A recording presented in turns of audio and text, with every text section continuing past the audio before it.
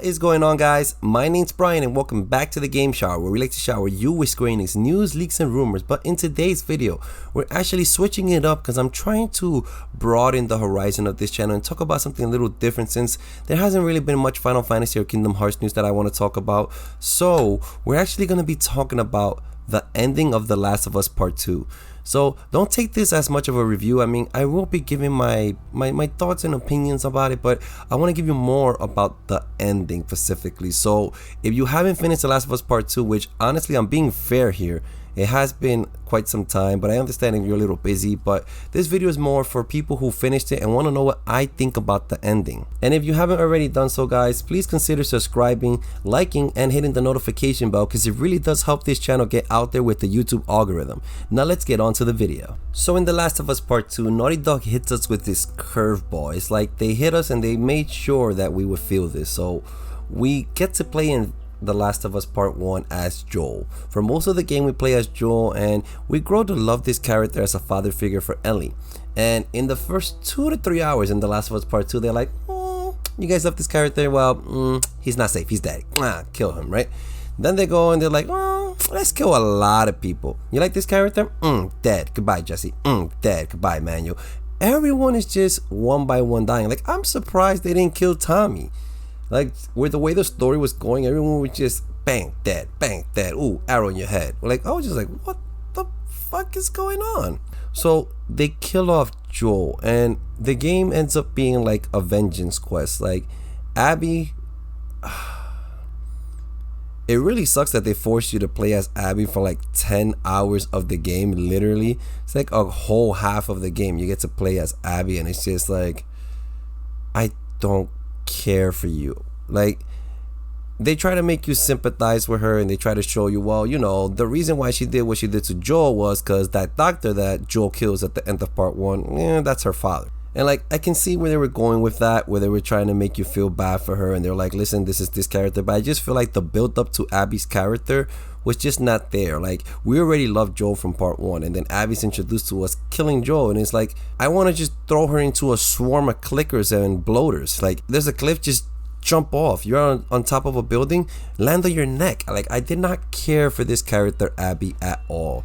Like, even after finishing the game, like, I kind of sympathized with her, and I was like, you know, she's human, she does feel things. Like, if we were in Abby's shoes, we would have probably wanted to have done the same thing. If Part 1 was about Abby and we saw what happened with Joel killing Abby's father, and like, you know, we played most of the game as Abby and Abby's father in Part 1, maybe we would have felt different for Part 2. But the thing is just the build up. It's like the first 2-3 hours you introduce this random character who we're just like, okay, this is that new chick from all the trailers, have no idea who she is, don't care who she is, and then they just go, oh man, Joel's dead, and we need you to sympathize and care about this character, and we're going to show you why for 10 hours in the game. And I just feel like when we were playing as Abby, everything was just dragging. It's like you couldn't like rush through it. It's like one of these things where they want you to understand her character and build up to it, learn her backstory. But I feel like they should have given us her backstory, maybe kill Joel around like the climax of the story, maybe like halfway. But instead they kill him right in the beginning. They're like,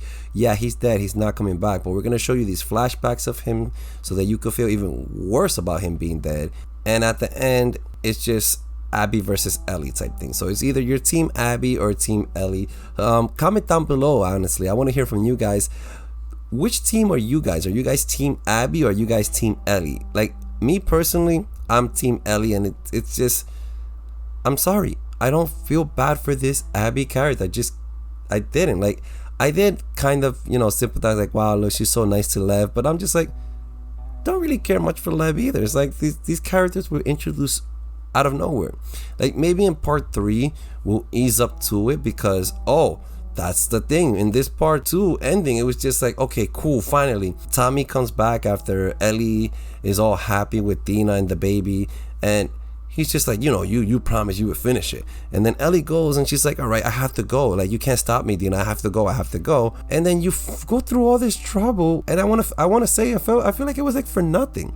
But here's the thing, I want to explain that for nothing part. Like, you finally get to the end, and it's a big, you know, boss fight type scene. And you fight with Abby, and it's just like, okay, cool. This is really cool. Like you could see that the characters are worn out. Like with the mechanics, they're not moving as fast. You have to dodge more, and they're fighting at the same level type thing.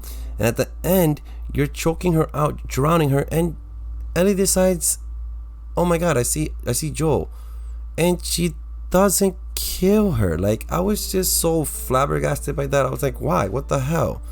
But after, I let it sit, I let it, marinate in my brain for a little bit. And that's why I wanted to make this video. I kind of feel like I understand what happened there.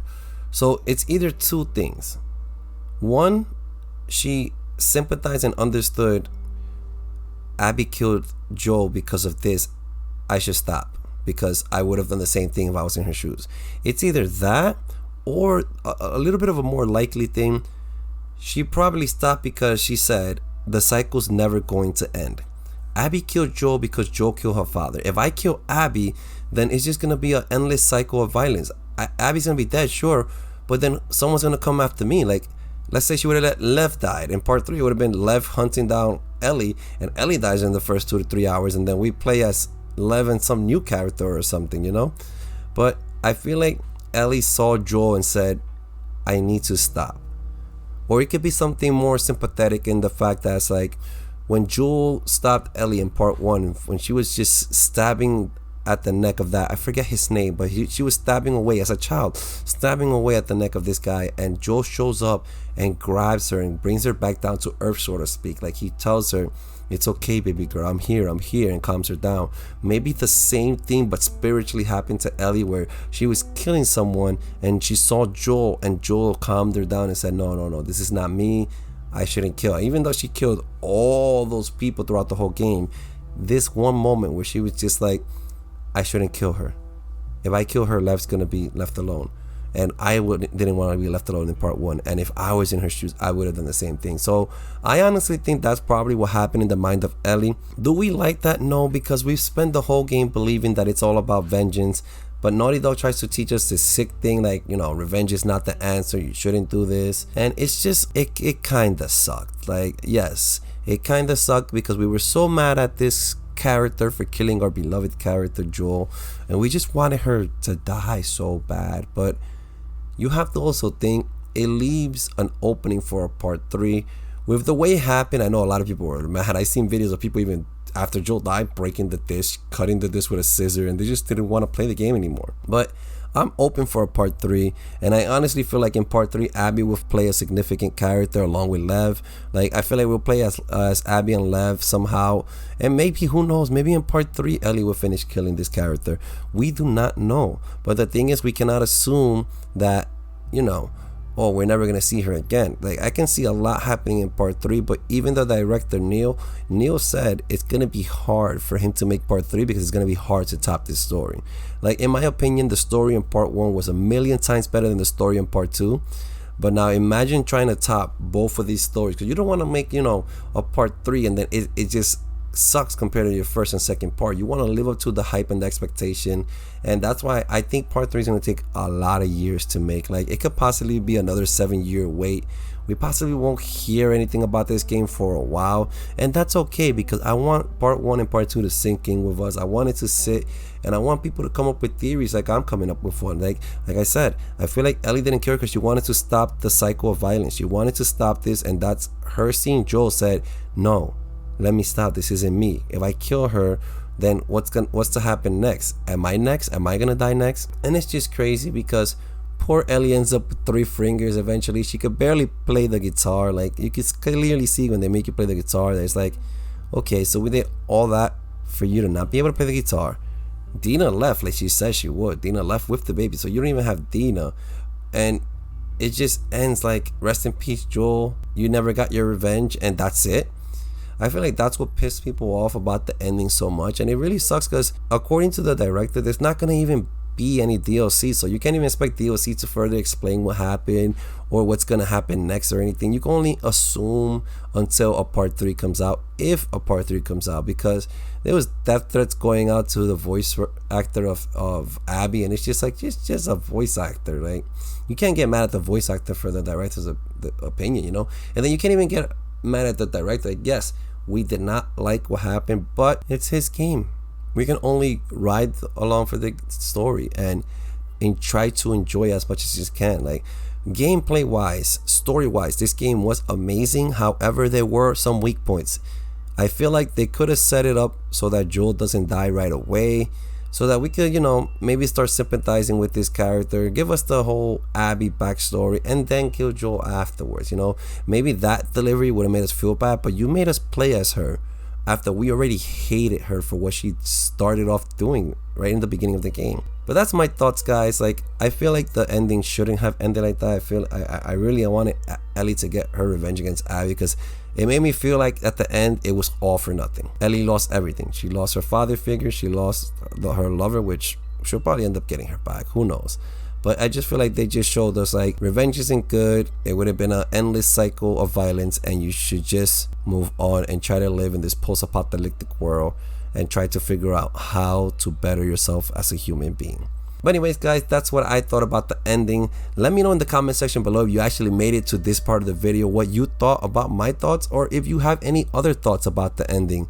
Comment down, because I would really love to hear what you guys thought of why the ending happened the way it did, and let me know what you guys think, because I really want to hear from you guys. And before you guys go, remember to hit that subscribe button, hit that notification bell to be notified every time I upload, hit that like because it really does help the channel, guys. And remember, this has been the Game Shower, where we just showered you with some Last of Us Part 2 news.